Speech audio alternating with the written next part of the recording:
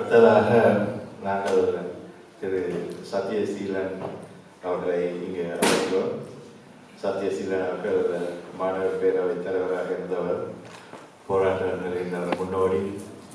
இன்றைக்கு எங்களுக்கு முன்னால் அவர் தொடர்ந்தும் 70 வயதை தாண்டியும் எங்களுக்கு அவருடைய முழு பங்களிப்பையும் செய்து கொண்டிருப்பதில் நாங்கள் பெருமைப்படுகிறோம். அவருடன் சேர்ந்து வேலை செய்த ஜோசப் ஜெயம் அவர்கள் கூட இங்கே வந்திருக்காங்க. நாங்கள் இந்த மேடைக்கு இப்போது திரு சத்யசீலன் அவர்களை அழைக்கிறோம். அவர் சாலிடாரிட்டி மெசேஜை இப்போது தருவாட்டை பார்க்கணும். நன்றி.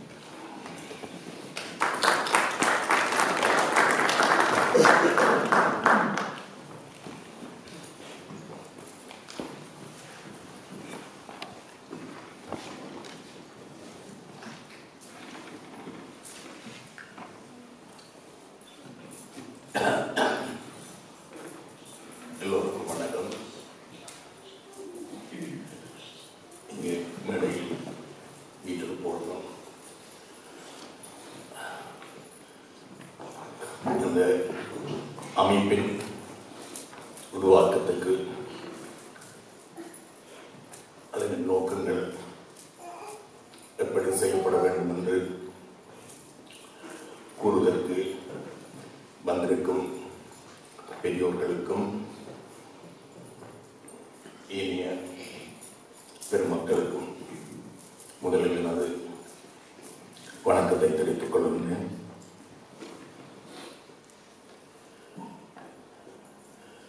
மலையகம் என்று நாங்கள் பிரித்து பார்க்க வேண்டுமா என்ற கேள்வியும் என் மனதிலே எழுகின்றது. தமிழர்கள், தமிழ் பேசும் மக்கள்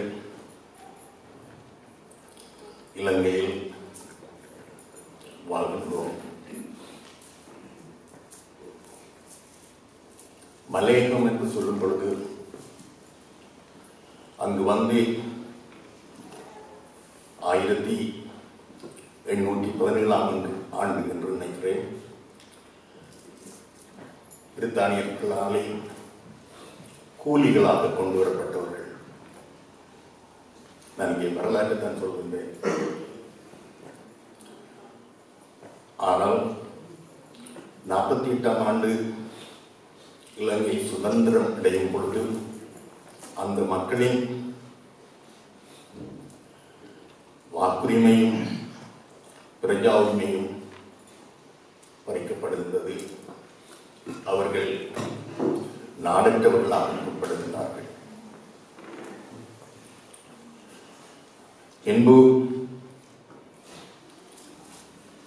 அந்த காலங்களிலேயே அவர்கள் கூலிகள் என்று சொல்லப்பட்டவுடன் கள்ளத்தோணிகள் என்று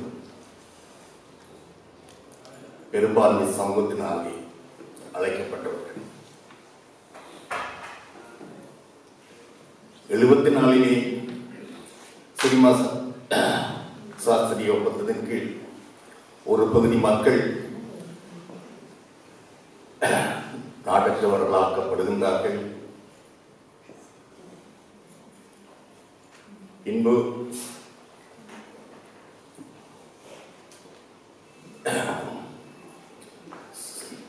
சந்திரிகா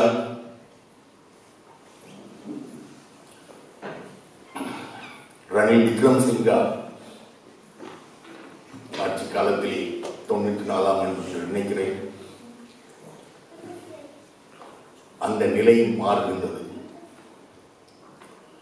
மலையக மக்கள் யாவருமே இலங்கை மக்களாக கருதப்படுகின்றார்கள் அல்லது சட்டப்படி அவர்கள் இலங்கை பிரிஜர்களாகப்படுகின்றார்கள். இதுதான் அவர்களுடைய அந்த குறுகிய வரலாறு.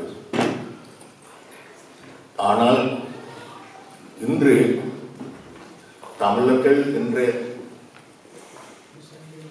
அந்த கூட்டு நீரோட்டத்திலே நாங்கள் யாவரும் அந்த நாட்டிலே உரிமைகள் பெரும்பான்மையினுடன் ஒப்பிடும் பொழுது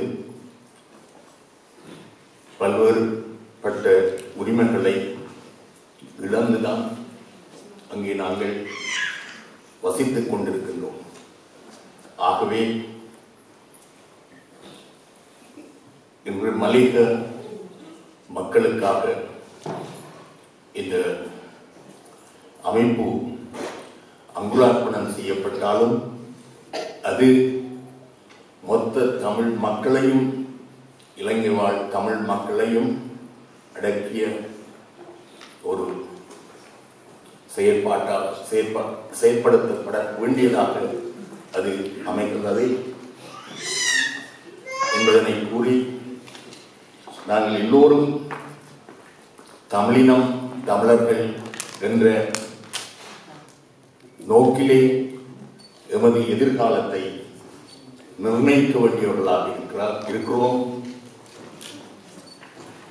அங்கே பெரும்பான்மை சமூகத்தினாலே எமக்கு இழைக்கப்படுகின்ற அநீதிகளுக்கு நியாயம் வேண்டியவர்களாக, நியாயத்துக்கு ஈடுபவர்களாக, நியாயத்துக்கு போராடுபவர்களாக இன்று நாங்கள் இந்த காலகட்டத்திலே இருக்கிறோம். ஆகவே அதற்கு எல்லா மக்களும்